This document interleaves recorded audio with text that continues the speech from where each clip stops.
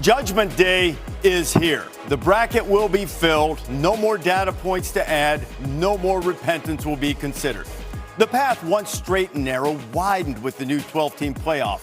The playoff salvation is still found in the answer to one simple question. Do the good deeds outweigh the sins?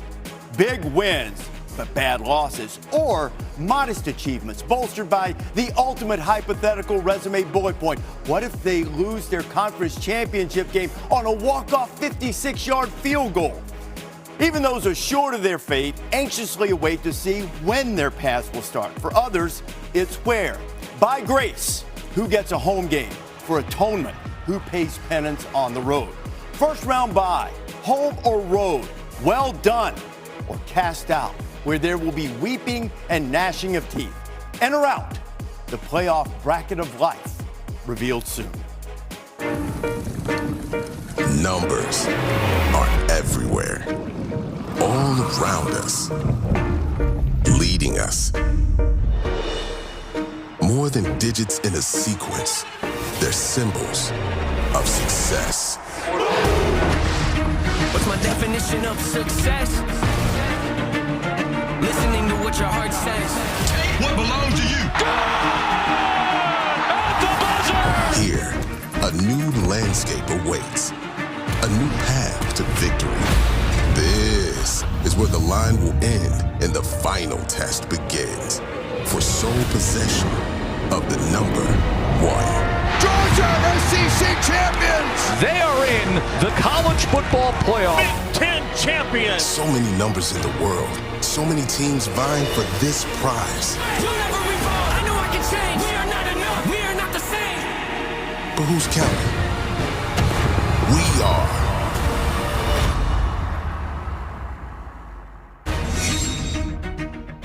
That is where they will decide the national championship on January 20th. Welcome to the College Football Playoff Selection Show presented by AT&T. The SEC championship decided in Mercedes-Benz Stadium yesterday, Georgia winning it. They will be placed into the bracket, but where most believe that they will get the 2 seed. This is the bracket we will fill out.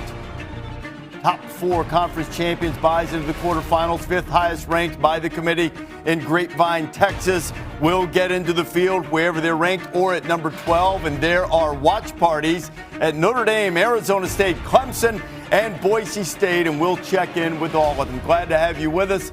Reese Davis along with Booger McFarland, Joey Galloway, and Greg McElroy also ready to join us.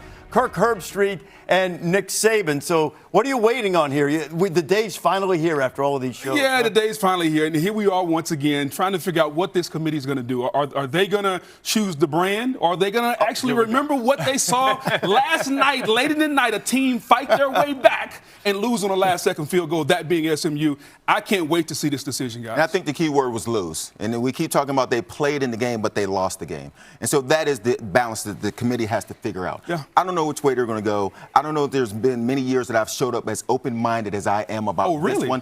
It can go either way, and I wouldn't disagree.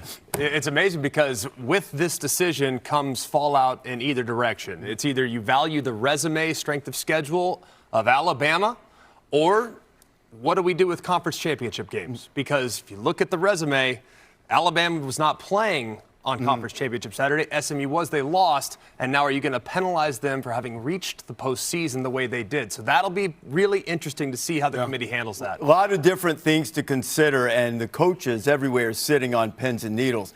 And how about Nick Saban?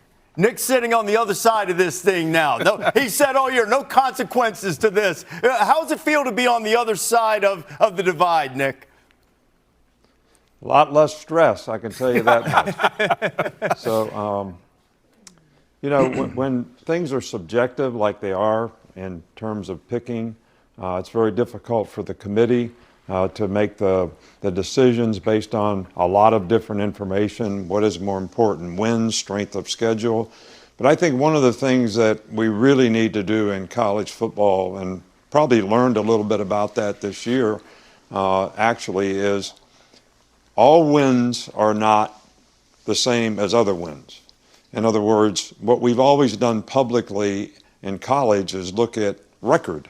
We don't look at strength of schedule. We don't look at all those types of things. So We have teams that are getting into playoffs and actually getting byes that have the 80th best strength of schedule. We have teams that are now going to get decided based on a strength of schedule of 15 as opposed to a strength of schedule of 60. And so is it winning games more important? Now, my question about all this is if those things were factors, why is the ranking the way it is? In other words, if Alabama should be in the playoffs instead of SMU, SMU shouldn't get knocked out for having lost in the ACC championship game. But how about the fact that they shouldn't have been rated 8th to start with? They should have had to play their way into the championship, because whether it's South Carolina, Ole Miss, Miami, whoever it is, if they had a better strength of schedule, if that's the determining factor, not wins, then they should have played their way into the championship by having to win in the ACC championship game, not get penalized for having played in it and lost. And Kirk, reminding everybody, we don't know the outcome yet. We will see the bracket unveiled when everybody else does. We've seen Nick on the other side. What are you looking for when this committee's about to let us know who will be in the first 12-team playoff? Well, right out of the gate, I really don't understand Booger's comment about brand over last night. I think that's like low-hanging fruit on the internet or on social media. To me, I think it's very, very clear that what Coach just described and what Greg just described, this isn't easy. The committee's going to lose no matter what they do. You look at SMU, they make it to their conference championship game. They lose on a last-second field goal. They don't have any wins against anybody in the top 25. And then you have Bama with the strength of schedule, but they have a very, very disappointing, almost embarrassing loss late in the year when they're a 3-touchdown favorite against Oklahoma. So there's really no right answer. Normally, I would err on the side with what Coach Saban is saying. Alabama has 3 wins over teams that are currently in the top 25. Usually that should matter, but that loss, for me, I called the game in Norman. It's not a great Oklahoma team. And Alabama didn't just lose that game. They got embarrassed. And I'm guessing that could potentially be an anchor for them that could be tough to overcome. And I wouldn't be surprised if the committee honored SMU because of that loss in Norman late in the year. Book, you want to respond to that? Yeah, and to your point, Kurt, just bringing a little levity to the situation, you're right. It was maybe a little low-hanging fruit, but at the end of the day, we're having a little fun up here. I differ with you a little bit when we talk about Alabama and that strength of record and all of that.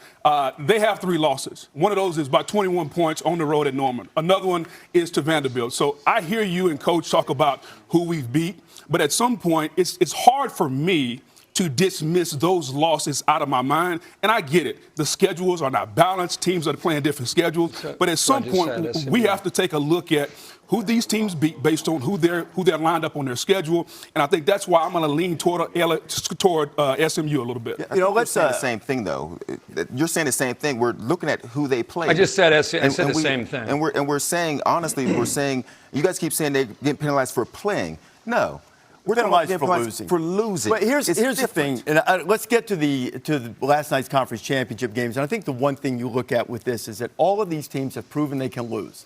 All of them have warts. All of them have ugly warts. The determining factor is, do you think, as you do with some, that the warts are so ugly it makes you hideous you can't be in this field?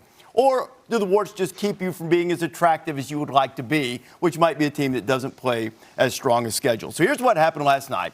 Conference championship games, if you win, as Dan Lanning said, you don't have to worry about any of this. Conference champions crowned, the 5 highest-ranked champions go into the field. The Oregon Ducks, the only undefeated team in college football, first year in the Big Ten. They hold off Penn State 45-37, win the Power Conference title in their first season in the league, the 5th school to do that as the Ducks make a successful transition to the Big Ten. Arizona State transition to the Big 12. Boy, how good was Cam Scatterbo?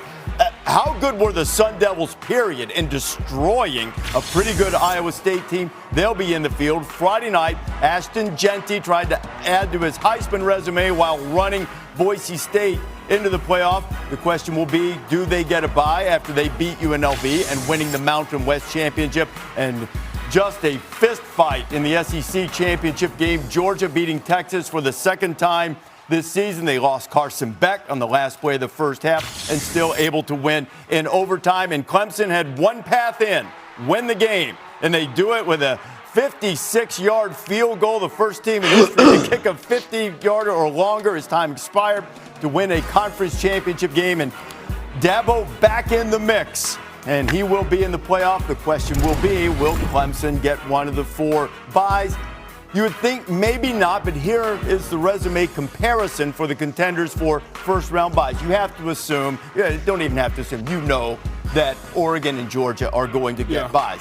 Boise State, Arizona State, and Clemson. And remember, Boise's only lost, while they don't have a very tough strength of schedule, they're only lost 3 points on the road to Oregon, a game in which the Ducks needed 2 kickoff returns for touchdowns to beat them by 3.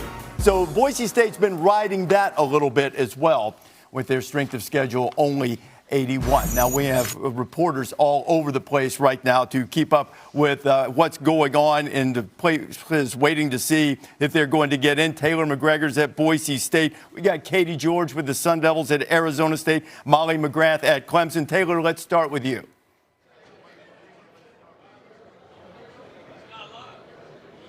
Is the 3 or the 4 seed as long as they do get that first round bye. But he did tell me he's not addressing seeding at all with his team because he doesn't want anybody leaving here today disappointed. He wants them to celebrate the fact that they are in the college football playoff. It was a goal they set about this time last year when Ashton Jeanty announced that he would be coming back for another season, and that is the focus, is celebrating that. Next up, let's go to Katie George in Tempe.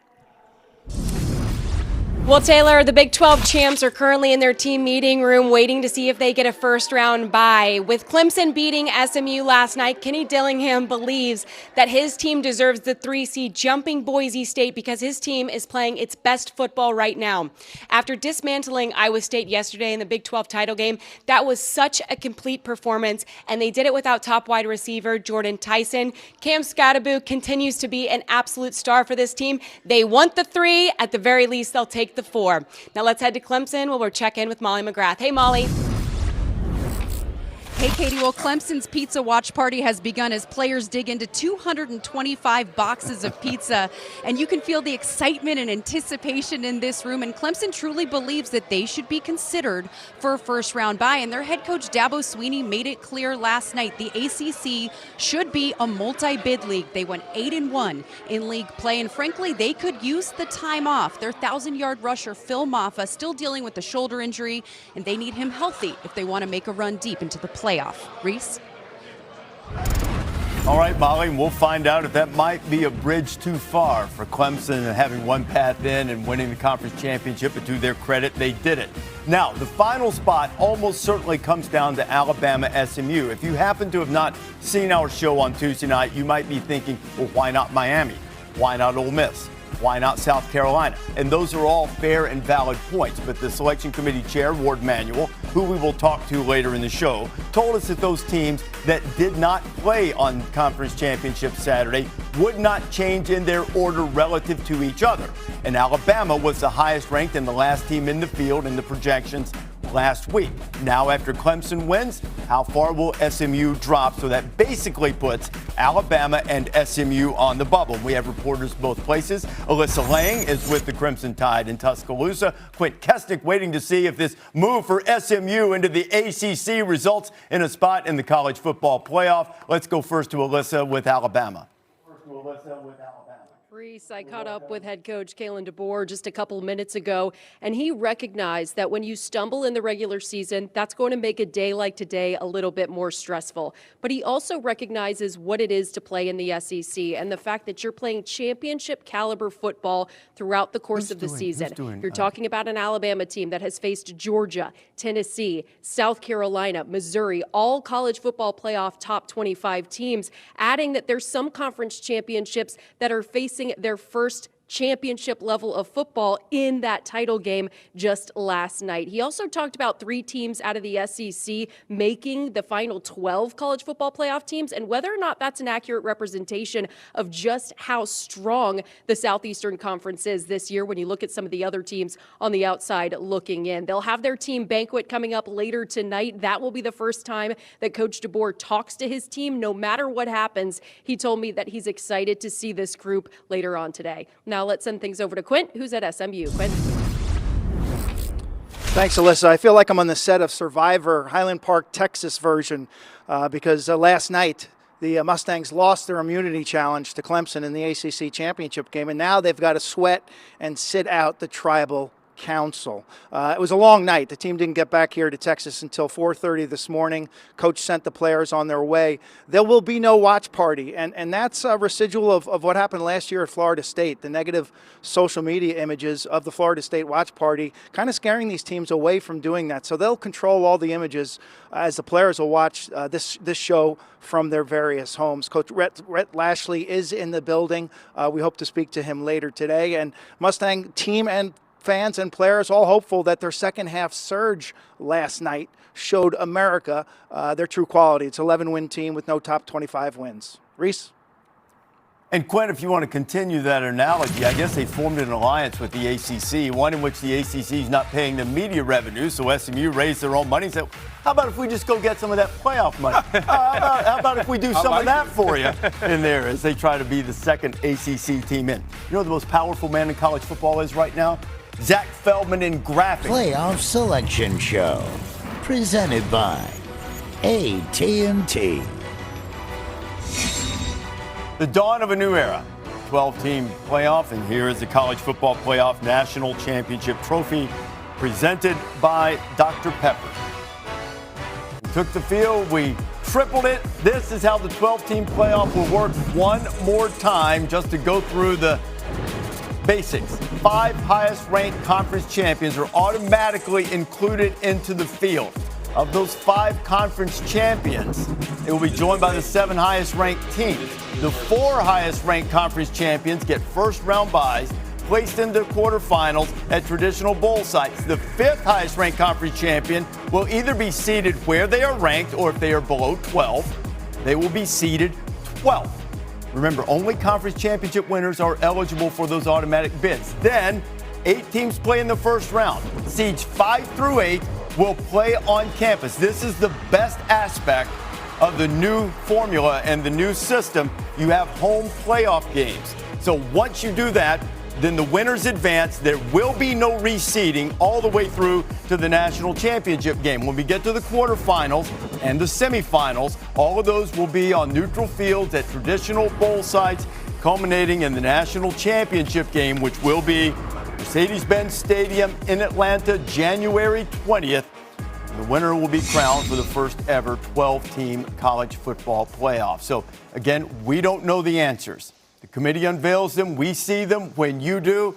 Zach in graphics, he knows the answers because he's had to type it all up. So, you guys ready to do this? Let's do it.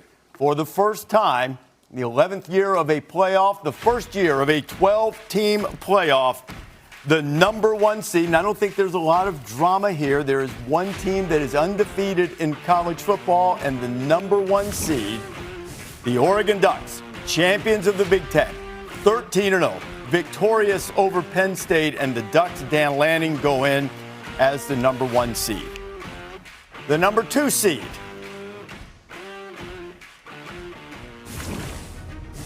also, as expected, champions of the SEC, the Georgia Bulldogs. Find out about Carson Beck, who was hurt. Their backup Gunnar Stockton led them to victory in overtime against Texas yesterday to claim the SEC and get second seed and the second bye into the quarterfinals. Now, there are only 2 more byes left, and a conference champion has to claim each of those 2 byes, and there are 3 candidates. Here are the resumes. Boise State from the Mountain West, Arizona State from the Big 12, Clemson, a surprise winner in the ACC, and not listed on Boise State's resume is what we talked about earlier, their lone loss, a close game against Oregon. Who do you favor? I favor Boise State, champions of the Mountain West, 12-1. And to your point, their only loss on the road at Eugene. They had to get a couple of kickoffs to beat them. I think they should be above those other two. I would be stunned if it's not Boise State, because Tuesday, when you talk about the gap between Boise State and where Arizona State was and where Clemson was, I'd be stunned if they were able to jump them. I would go with Arizona State. I think they're playing their best football at the right time. Last 2 times out, absolutely dominating the competition. So I would go with the Sun Devils of Arizona State. Oregon, Georgia, pretty easy. The 3rd seed in the college football playoff, a bye into the quarterfinal, goes to Boise State. Strength of schedule overall in the 80s, right around 80, but Spencer Danielson's team, watch party there. Ashton Genty, Heisman Trophy candidate. And Boise State, for years, they were the team that built their brand. They got in to those New Year's Six Bowls. They tried to slay the Giants. This is different. Now they're playing and competing for a national championship. Win, and they can take home the biggest prize. Now, one more bye in the quarterfinals remains. It will go to a conference champion, and we're down to Arizona State or Clemson. Who has the final bye? It's Arizona State. So Arizona State gets the bye. What a job Kenny Dillingham, the former Oregon offensive coordinator. Look at the potential in the semifinals of Oregon against Arizona State, and the Sun Devils celebrating a remarkable turnaround. Picked to finish dead last in the Big 12. Instead, they not only make the playoff, they get a bye into the quarterfinals. And we'll tell you where these bowl games will be. You can probably figure it out, but we'll tell you where the bowl games are a little bit later on. And that's what the quarterfinals will be, bowl games. Just a tremendous reward for winning a conference championship, too. Highlighting the opportunity to avoid the first round, make it to the second round automatically, and getting that first round bye. But I do want to point out something.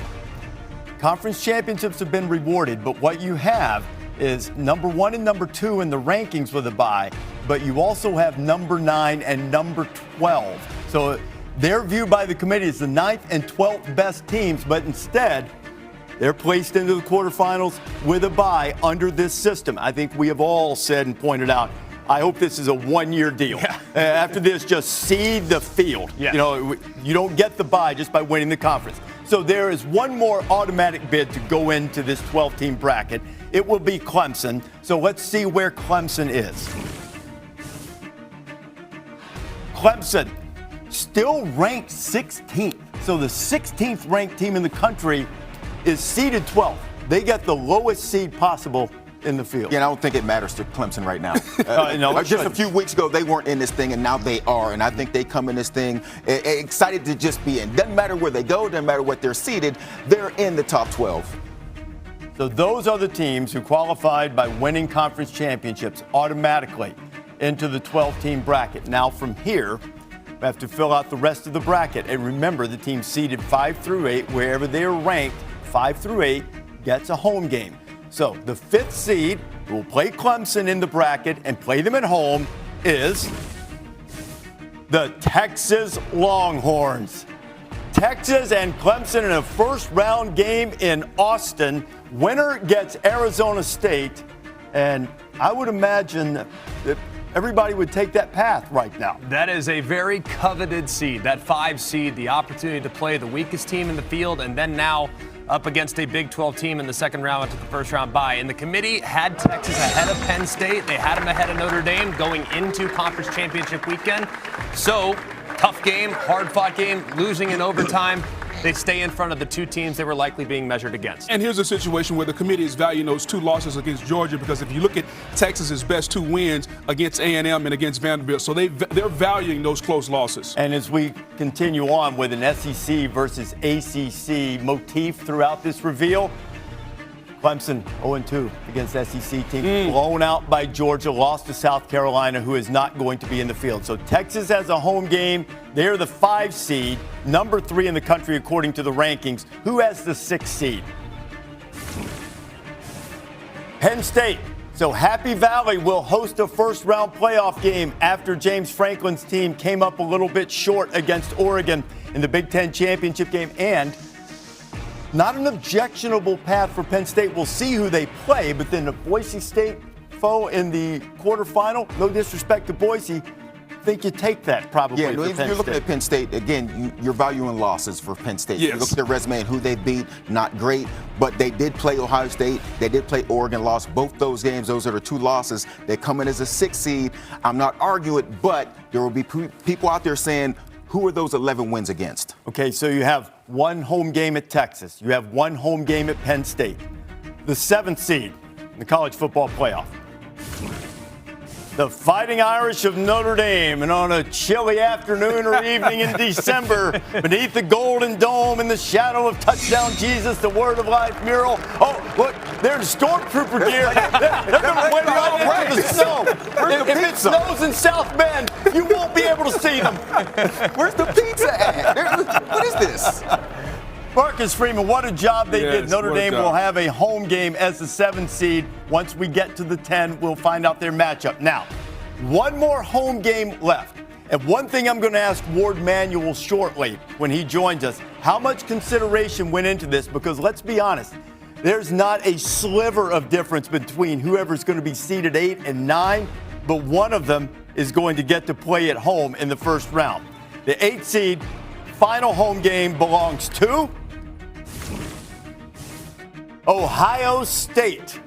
Coming off a disappointment the last time they set foot on the shoe, but the Buckeyes will be at home, and they will have that weather advantage, Kirk, as Ryan Day and the Bucs will try to bounce back from the disappointment against Michigan. After the way the Ohio State season ended against Michigan, I don't know if it would have been better for Ohio State to go on the road, to get away from their home crowd that'll be booing after their 3rd down, not converting, and the punter comes out, booing Ryan Day. They'll have to rally and have a good start to that game, or it could turn sideways with the home crowd, in my opinion. Yeah, Ohio State's going to be at home, and if the Buckeyes can get past their opponent, who we'll see shortly, got the opportunity for the rematch against Oregon in what was just a great game in the regular season in Eugene. But as Kirk rightly pointed out, the Buckeyes have some things to overcome given the way their season ended. So those are the teams that will be playing at home. Who has to go on the road and face Ohio State as the 9 seed? The Tennessee Volunteers. And Big Orange really hoping that they were going to get a home game. Instead, they'll travel not too far away and go to Columbus. And the fact that they didn't get a home game, I wouldn't be disappointed seeing the way that Ohio State hasn't stopped the run. We know that Tennessee's going to run the football with Dylan Sampson. So all things being equal, if you're Josh Heupel, you got to feel pretty good about going to Columbus. Yeah, I think if you're Tennessee, you probably like the opportunity. You like the matchup. Every team you play is going to be tough. But the one area that Ohio State has struggled with is along their own offensive line. What is the best part of Tennessee's team? Their defensive front. So I think that matchup will be fascinating to see if Ohio State's O-line can solidify here before this first round game. Kirk? Reese, I think it's interesting to look at that next game, right? The winner of that game, we were talking earlier about Texas and Clemson playing Arizona State, that being potentially a coveted position. We talked about that all year, that 5-hole. Look at Tennessee and Ohio State, who they match up with, the winner of that game. That's pretty exciting to look at that game. Potential rematch with Oregon and Ohio State, or Tennessee gets a shot to take on the number 1 team throughout the year. You know, it could be, that maybe we talked about the 5 seed being coveted. As I look at the way this bracket's unfolding, maybe it's going to be 6. Maybe it's 6. Okay, 8-9 game is Ohio State, Tennessee. The 7-10 matchup in South Bend. The Fighting Irish will take on in-state battle. Cignetti wanted a home game. I don't think he had much of a case for a home game, but he doesn't have to travel too far. As the Hoosiers, what a remarkable season. They go up to take on the Irish. You talk about 2 different teams, Indiana and Notre Dame. Notre Dame with their run game, Riley Leonard also their run game, Jeremiah Love, the running back, going against an Indiana team that is, when you look at them, they want to throw the ball, they want to put in the air. Very good defense, but can then hold up against the run of Notre Dame. In-state battle. Don't see that one a lot over the years, And now forced together by this new 12-team bracket, Notre Dame and Indiana. Winner gets Georgia in the quarterfinals. So 1 spot remaining. I think we pretty much know the 2 teams it comes down to.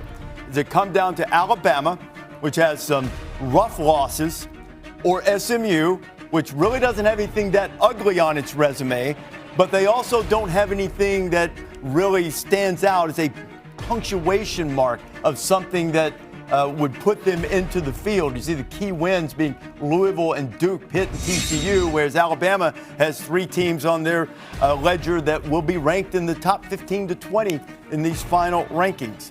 And I think the biggest gap right there is the key wins, and I think that's what Coach Saban was talking about. When you look at the key wins for Alabama versus the key wins for SMU, being Louisville, Duke, Pitt, TCU, I mean, there is a mile apart in having to go through those schedules. I know that I'm dragging this up. I want to say this before we get to the end.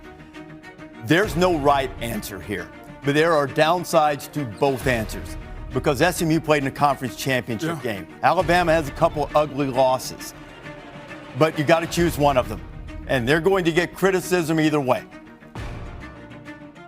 To take on Penn State and the final spot in the college football playoff, who is it? The SMU Mustangs hold on to that final spot and edge out Alabama. So it will be SMU and Penn State as the ACC gets the last 2 spots in terms of seeding, and they get the last at-large spot. And so now we'll do the first team out, which we all presume to be Alabama. Alabama is the first team out, and the second team out, I assume, will be Miami again. And it is. So Miami and Alabama come up just short. SMU hangs on and gets the spot. And Nick, what's your reaction? Now, Nick has talked about this all year on College Game Day, that who you play has to matter, has to be important, whether that's talking about Alabama or anybody else in college football. If you want to incentivize scheduling, then you have to take that into consideration. What's your reaction, Nick, to seeing the decision the committee made with that final spot? Well, I think one of the things that I've mentioned, throughout this football season is if we don't take strength of schedule into consideration, is there any benefit to scheduling really good teams in the future? Like, here at Alabama, we're supposed to play Notre Dame, Ohio State, Wisconsin, Florida State in the future outside the league. Well, those are great games for fans to see, and that's what I think we should be doing. In college football is creating more good inventory for great games that people are interested in. But do you enhance people wanting to do that? What's the athletic director going to do? He may go cancel all those games now, knowing that the SEC is tough enough. But at the same time, I do think the best teams are in the playoff, which I think is most important. And no coach should have any complaint about what his circumstance is relative to getting in the playoffs or out of the playoffs, because they all controlled their own destiny and they all had opportunities and they had some flaws and bad losses that contributed to their circumstance. So this could be a learning lesson for each and every team and every individual on those teams.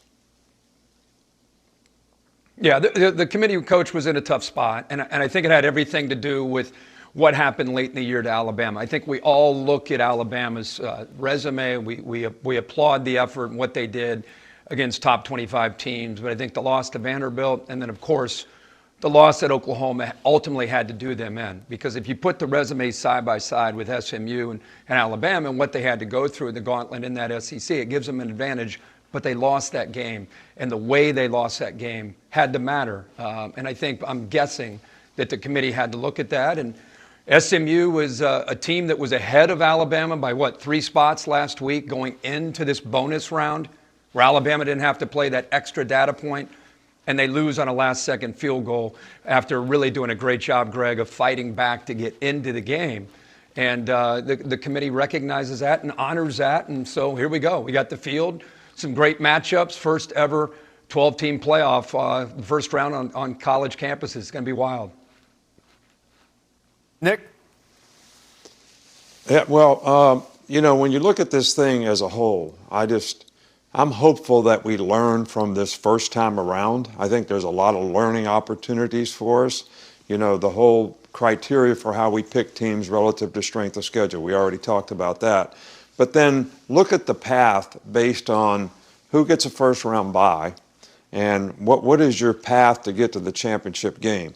In every other tournament venue, the top 4 teams end up getting the top 4 positions to get a bye. And because of what they earned throughout the course of the year relative to their schedule, who they beat and how they're ranked, they would have the best opportunity to get to the championship game. And as we pointed out already, that's not necessarily true. The 5th seed has the best chance to get to the championship from a path standpoint. That doesn't mean they're going to get there. But if you look at the ranked teams and the ranking of the teams they're going to play, they have the lowest ranked teams to get to where they want to go. And some of the higher seeds, like Oregon, is going to have to play Ohio State or Tennessee, which is, the 8th or 9th ranked teams in this playoff system, but some of the better teams in college football. So I think we can learn from that as well. Yeah, Coach, I completely agree. We really need to reassess seeding, how we do it, what guarantees we're making. If you win a conference, are you guaranteed a bye? I agree. Just seed them 1 through 12, and let's see how things stack up. But this was a very difficult conclusion to come to because there was really no winning, like you've all alluded to for, the better part of the last half hour. You had consequences on both sides. You put Alabama in the field. You are now de-incentivizing participation in a conference championship game because SMU, had they decided not to play the ACC title, they say, we're not going to go. They're at 8. What are you going to do, drop them out? So you are de-incentivizing the conference championship game, or you're going to de-incentivize the strength of schedule and teams being willing to go out of conference and play more difficult opponents. So there was no winning here. It was a catch-22 for the committee. They went with what they thought was the most justifiable outcome. It's hard to push back on it, but I do think moving forward, with where we're at with bloated conferences, with 18 teams, 17 teams, 16 team conferences, where not all conference schedules are created equal, we need to put a heavier weight on strength of schedule because Indiana's schedule is not comparable to that of Ohio State's schedule, and they're playing in the same league. So we need to assess that, put more weight on that, and hopefully that'll give us a better outcome in the future for some of these teams. I think to sort of summarize what Greg is saying, when I said Indiana shouldn't play their quarterback, he's coming closer to where I was on that stance. What it's incentivizing. You're going to die on that hill. You're going to go. The toughest part of this, and part of what Coach Saban is saying, part of what you understand, and you understand probably better than the rest of us, it is hard to quantify what it means to go through the gauntlet of the SEC. And when you have to play back-to-back teams, South Carolina, Tennessee, Missouri, LSU, all ranked teams, that's what Alabama had to do. That is a tough situation and tough to understand for people on the outside looking into that. And so it becomes difficult to put a value on that when we're looking at these teams. It is difficult to put a value on what it's like to play Georgia and then play Vandy after that, if Vandy comes to play, because you just now played Georgia. And for people who are sitting at home, people who are sitting in the committee room, people who are just watching this, it's hard to put something on that and say that in itself deserves some value. And that's always been the case, not just now. That has always been the case. When I played in the Big Ten, if I looked at the SEC, I'm thinking, hey, we're better than them. We're not. We just can't put a value on what that means to go through those kind of ranked games and then compare it to an SMU team or an Indiana team who didn't have to play Oregon or Penn State in a season. They just had to play Ohio State. That's tough to put a value on. It's tough to put a value on, but to your point, it's always been that way. These conferences have never been balanced. They've all, and they're just now more unbalanced now that you have 16, 18 teams in them. But here's the thing, guys. After the last few years, I think they got it right. Based on the criteria that we have to deal with this year. Are you saying they didn't get it right before? We're not going back. I'm just telling you right now, based on the criteria that we have to deal with this year, I think they got it right. I think when you look at some of the things that the coaches have said, especially Lane, about rewarding or penalizing a team for playing in a conference championship game, you don't want to do that. And I'm glad they didn't do that to SMU. And so you keep saying playing. They played. They lost. But see, here's the thing. Here's the thing I think is really important that you guys have talked about with the bloated conference schedules.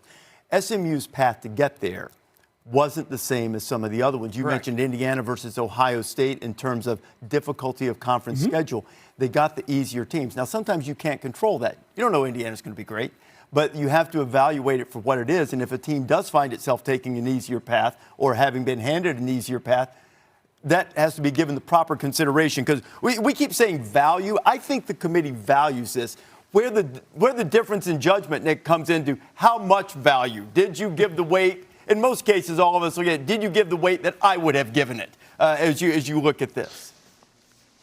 Yeah, but my point earlier was that if SMU was 8 and they played in the conference championship game and they lost by 3 points, they shouldn't be penalized for that necessarily. But my question about all the strength of schedule, 15th strength of schedule versus 60th strength of schedule, that should have been taken into consideration before they ever played in the championship game. All right, so maybe they're ranked 12th, and if they win the game, they get in. If they lose the game, Clemson gets in. All right, so, but it wasn't that way, so now it looks like they have to get penalized. But if it was done based on strength of schedule to start with, that wouldn't have been the case. So I really, think that playing in this conference, and I played in this conference for over 20 years, and when you have to go play Tennessee, then you got to go play LSU, all right, then that team that you play next, you may be more vulnerable to. And you have to have a very mature, competitive team that has a lot of depth to be able to play through all these circumstances, and it's very, very difficult. And to not take into consideration when you don't beat one top 25 team, not one top 25 team, and you went through your whole season and never had to, Indiana didn't do that, SMU really didn't do that, so it makes a huge difference. I mean, the Pittsburgh Steelers got beat by the Cleveland Browns. I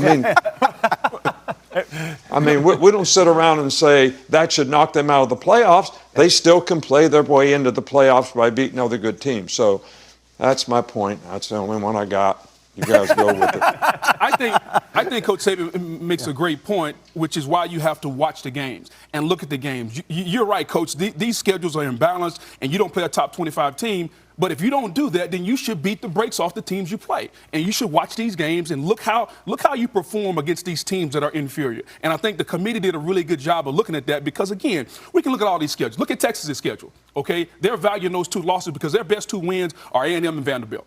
And so if we want to talk about the schedules being imbalanced and the top 25 teams and look at the best wins and look at the best losses, it's always going to be imbalanced. That's why the committee has to sit there with the coaches on that committee and watch these games and pay attention to how these teams play. Understood. But don't make it sound like they don't. And I hate when we do that. I hate when we make it sound like the committee is not sitting there watching the games the same as we are, and they have opinions the same as we do. But when we get on this show, it just makes it sound like you guys should watch the games. That's what they do. They watch the games. Nick?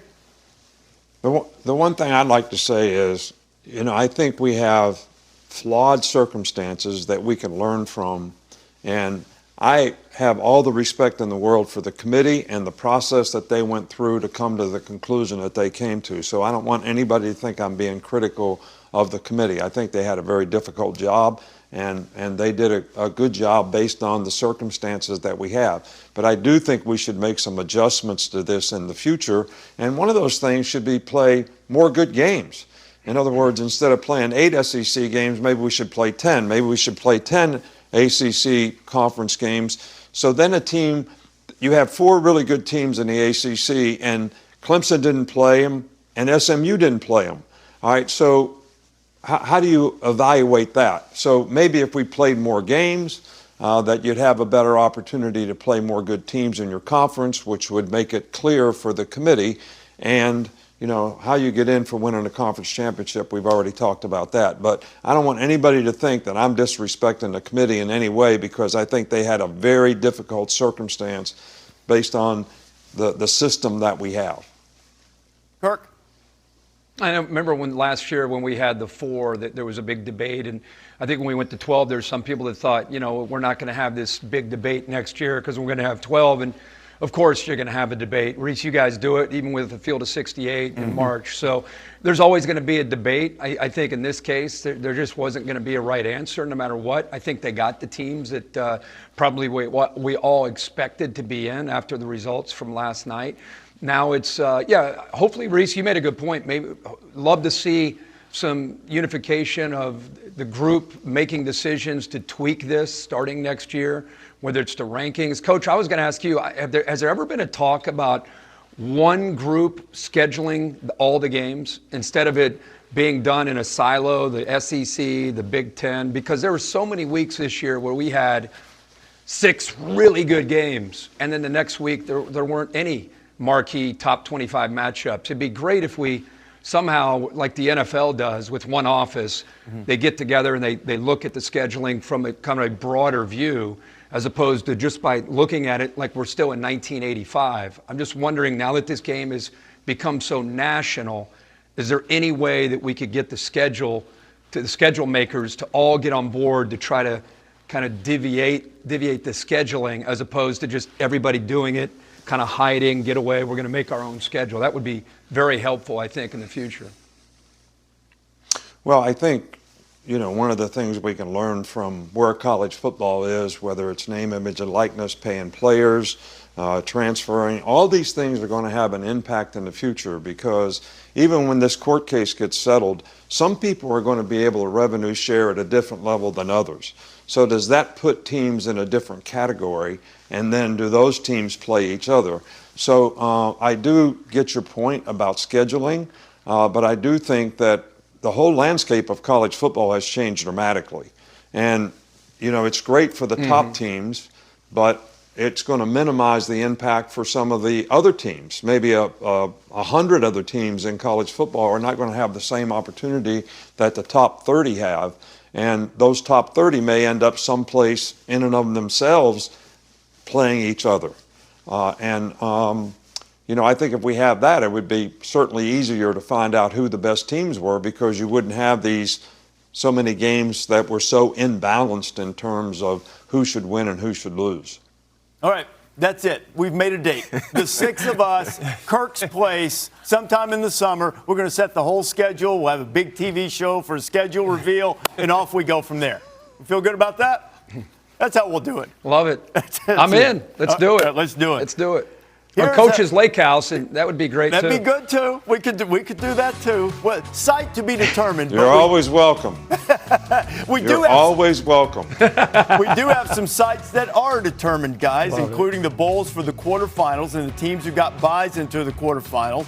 Oregon, as expected, traditionally Big Ten champion, goes to Pasadena. Oregon will host a Rose Bowl game against the winner of Tennessee and Ohio State. That will be on New Year's Day at the traditional time, 5 o'clock Eastern Time. Georgia will follow that on the same evening in the Sugar Bowl against the winner of Indiana Notre Dame. You have the 3-seed Boise State. They get the Verbo Fiesta Bowl. Now, that's pretty significant, because this way Arizona State doesn't get a de facto home game. Boise State will be in the Fiesta Bowl. That will be on New Year's Eve, 7:30 Eastern Time, against the winner of SMU and Penn State. And then Arizona State will go to Atlanta. They'll start the triple header on New Year's Day. Sun Devils taking on the winner of Clemson and Texas. And also have a note of when the other games are played and what's in prime time. Indiana and Notre Dame will be in prime time on Friday night, December 20th on ESPN and ABC. And then the other prime time game, Tennessee and Ohio State, 8 o'clock Eastern Time on Saturday night. And the other games will be on Saturday afternoon. Our friends at Turner will have those, but still will be ESPN Productions, as those games will be televised on TNT and Max. We continue with our playoff selection special. Ward Manuel, the chair of the College Football Playoff Selection Committee, will join us to break down the committee's thinking on these seedings and selections right after this.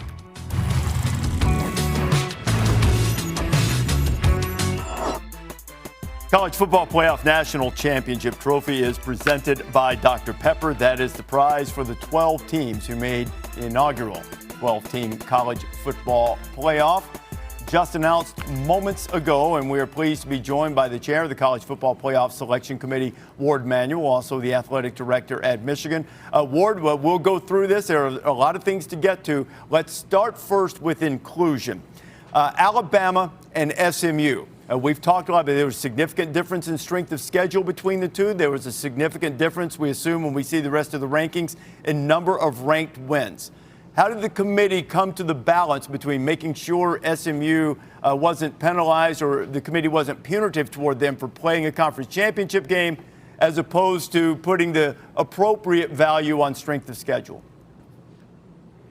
Well, Reese, good to be with you again. And your debate on television really sums up the debate in the room. We looked at the number of wins that Alabama had against ranked opponents. We looked at SMU's schedule, and they were undefeated in conference. Their losses were to ranked teams. But we also looked at Alabama's loss to unranked teams. And it was quite a debate. I mean, we value strength of schedule. That's why Alabama, as a 3-loss team, is ranked ahead of other teams that have 2 losses. It is something that we talk about quite a bit. But in the balance of it, in the way SMU played in that game, losing on the last-second field goal, great win by Clemson, great game. We just felt that in this particular case, SMU still had the nod at 10 above Alabama. But it's no disrespect to Alabama's strength of schedule.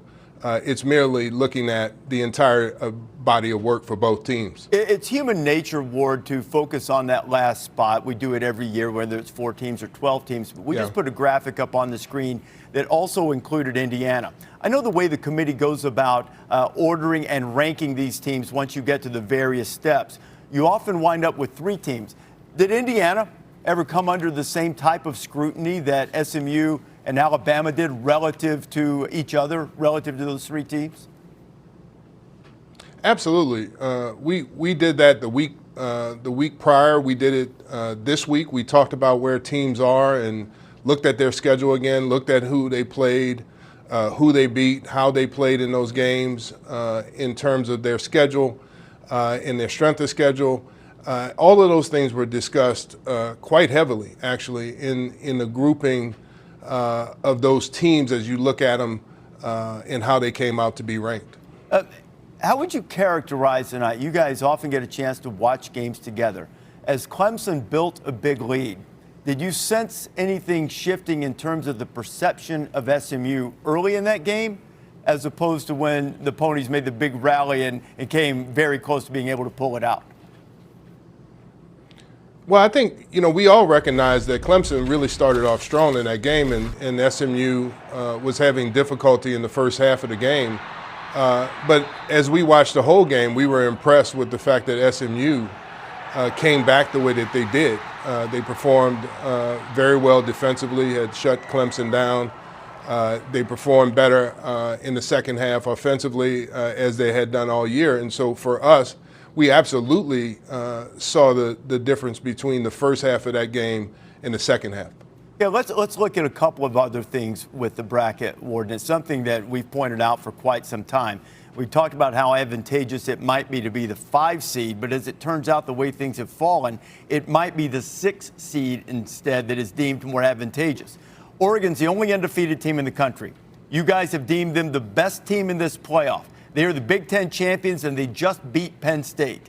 And then when you look at their quarterfinal game against either Ohio State or Tennessee, it might be that the Ducks have a more disadvantageous road than the 6th seed Penn State does in taking on an SMU team that barely made it in, and Boise State, who is not quite as highly ranked. How do you evaluate that, and what's your suggestion for moving forward with the committee and taking care of the teams that are deemed to be the best, like Oregon? Yeah, Reese. I mean, we ranked the teams 1 through 25. That's what we've been asked to do. We don't discuss, well, if we put this team at 1 and we move this team's 8 or 9, and they're going to be playing each other, and we need to go back and reconsider how we feel about them in the top 25. We've been asked as a committee to rank the best teams 1 through 25.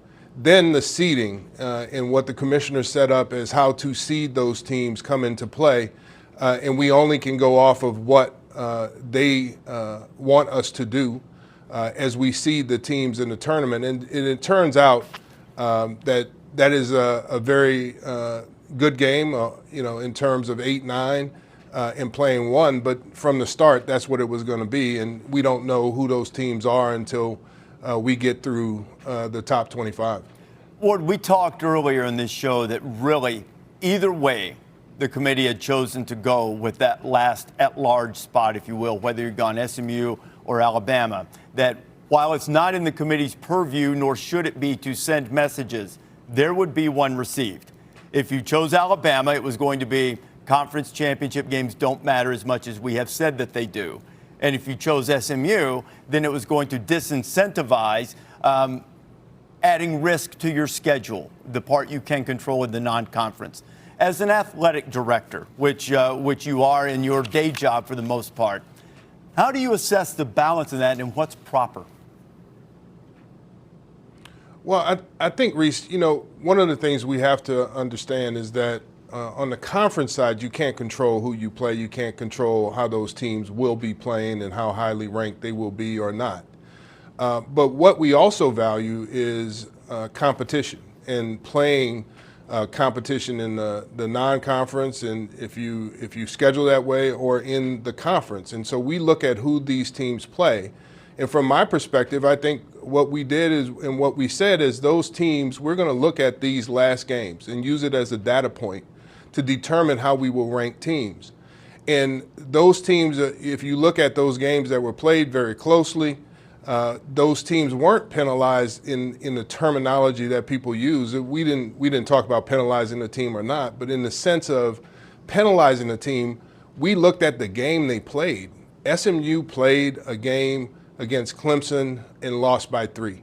And so for us, it just came down to watching the games. We watched those games together, seeing the outcome of those games and how those teams played. They earned the right to be in those conference championships, and we value watching those games and seeing the results and the outcome. And so for us, as an AD, I would just say to athletic directors, you have to schedule the games that you need to schedule in the non-conference that you feel is best for your team, for your fan base. I look forward. We played Texas this year. I don't lament the fact that we played Texas at home. I'm not going to lament that we have Oklahoma away next year as an athletic director. I look forward to those games. And if we do well, it will give us a boost. And if we don't, then we have to reconvene and relook at the way the season's going, and we have to play the games that are in front of us. And win the games you're slated to win, you should win on paper, and then play those other games as they come.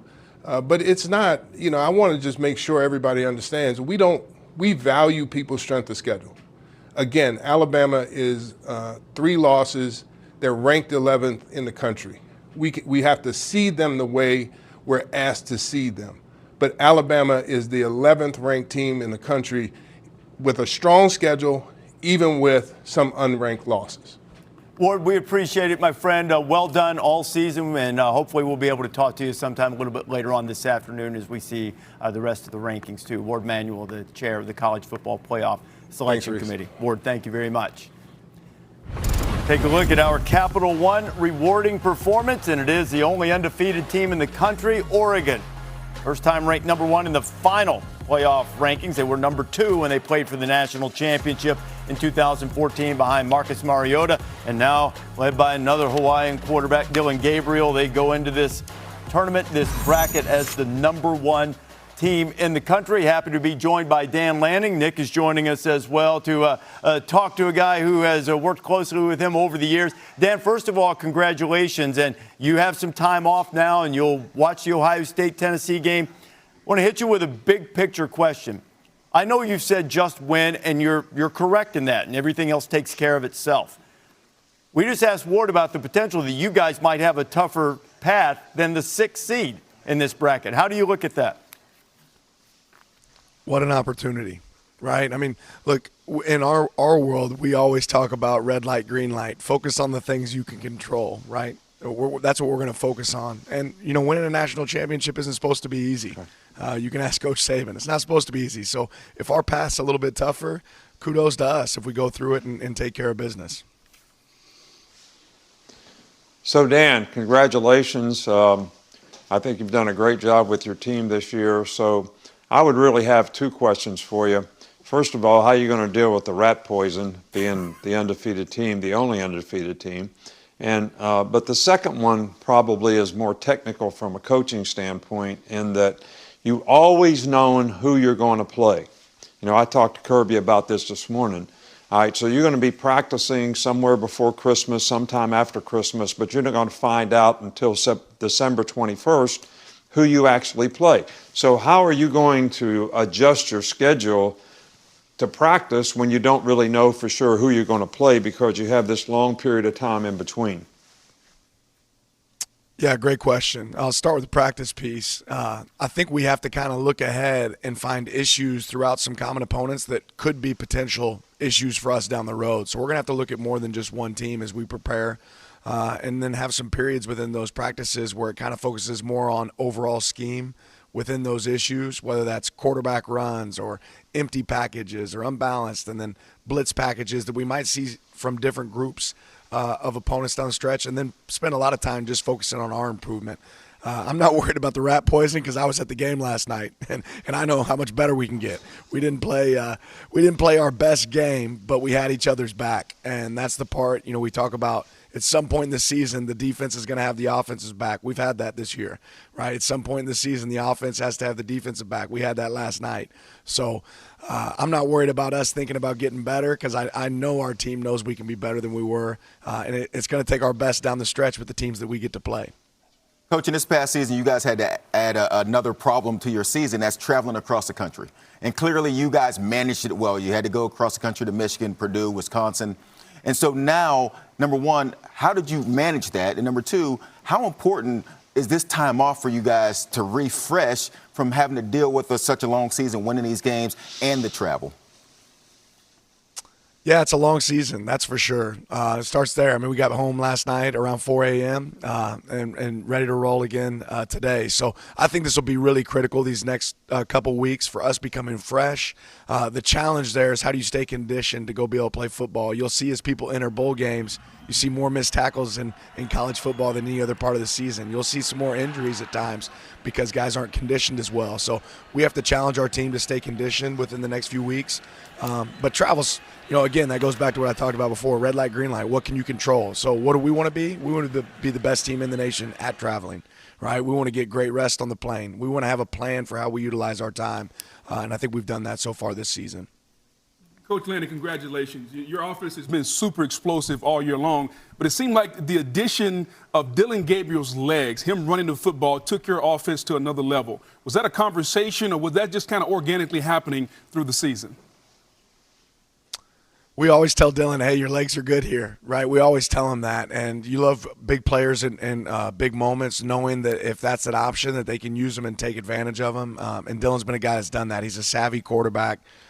He really understands his ability and his teammates' ability. So we love that we can put the trust in him to win it with his legs when necessary. Coach Greg McElroy, man, congratulations on a tremendous season. It's been a lot of fun to watch your team grow throughout the year. Big question for me is, looking at you guys last year versus this year, playing in a different league, getting acclimated to a different league, not having to suffer the pain of disappointment at any point is pretty remarkable. So with this transition, how has the Big Ten now prepared you for a postseason run that you're hoping to go on here in the next few weeks? Well, I think more than anything, this season has prepared us for a lot of different moments, and it's because we've had to win in a lot of different ways. We've had really tight games. We weren't playing our best football at the beginning of the season. Had some really tight games. Had to win with special teams. Against Boise State early in the season, had a punt return and a kickoff return for a touchdown.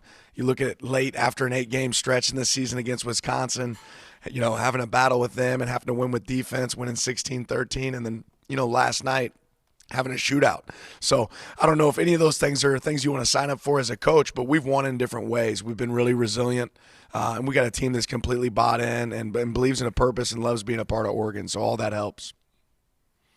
It was a remarkable season, Dan. Congratulations winning the Big Ten. Great victory last night against Penn State, and we look forward to seeing you in the Rose Bowl on New Year's Day, no matter who you face. I'm sure you'll be ready for whoever shows up in Pasadena. Thank you. Appreciate it. All right, that is Dan Lanning, head coach at Oregon. Here's the 12-team bracket, the college football playoff. The Ducks playing on New Year's Day against the winner of Tennessee and Ohio State, SMU and Penn State. Winner gets Boise State. Perhaps that's 6-11 versus 3 is the most favorable path.